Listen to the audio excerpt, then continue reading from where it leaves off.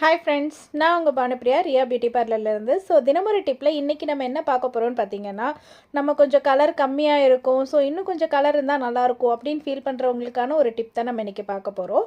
So அதுக்கு வந்துட்டு பச்சரிசி எடுத்துக்கோங்க. அது ஒரு 5 ஸ்பூன் நான் போடுறேன்.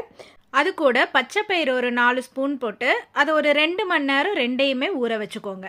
ரெண்டுமே நல்லா ஊறுனதுக்கப்புறம் மிக்சியில் போட்டு ரெண்டையும் நல்லா நைஸாக அடித்து அதுக்கப்புறம் வடிகட்டி வச்சு வீடியோவில் காட்டியிருக்கிற மாதிரி நல்லா அதோட தண்ணி மட்டும் வடிகட்டி எடுத்துக்கோங்க.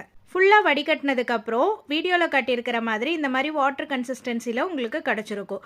அதை ஸ்டவ்வில் வச்சு ஒரு 2 to 3 மினிட்ஸ் கைவிடாமல் மிக்ஸ் பண்ணிகிட்டே இருங்க, ஸ்லோவில் வச்சு, இல்லைன்னா கெட்டி சேர்ந்துடும். ரொம்ப நேரம் வைக்க வேண்டாம். ஸோ அதோட பதத்துக்கு வந்ததுமே நம்ம இறக்கிட்டு அதுக்கப்புறமும் அது சூடு ஆடுற வரைக்கும் கைவிடாமல் கிளறிட்டே இருக்கணும். அப்போ தான் நம்மளுக்கு அந்த கன்சிஸ்டன்சி கிடைக்கும். அதுக்கப்புறம் அது ஹீட்டு நல்லா ஆறுனதும் அது கூட 2 ஸ்பூன் ஆலோவேரா ஜெல் போட்டு அதையும் நல்லா மிக்ஸ் பண்ணிக்கணும் அது கூட சேர்த்து. ஸோ அப்போ நம்மளுக்கு க்ரீமி கன்சிஸ்டன்சி கிடச்சிரும். இதோட ரிசல்ட் எப்படி இருக்குன்னு உங்களுக்கு காட்டுறதுக்காக என்னோட கையில் நானே அப்ளை பண்ணிவிட்டு ஒரு 1/2 hour அதை அப்படியே விட்டுறேன். தென் அதுக்கப்புறம் வாஷ் பண்ணதுக்கப்புறம் ரிசல்ட் நீங்களே பாருங்கள் எப்படி இருக்குன்னு சொல்லிட்டு. ஸோ நல்லாவே டிஃப்ரெண்ட்டு தெரியுது. இதை நீங்கள் கண்டினியூஸாக யூஸ் பண்ணும்போது இன்னும் உங்கள் ஸ்கின்னு நல்லா க்ளோவாகவும் உங்களுக்கு கலர் சேஞ்சஸும் கிடைக்கும்.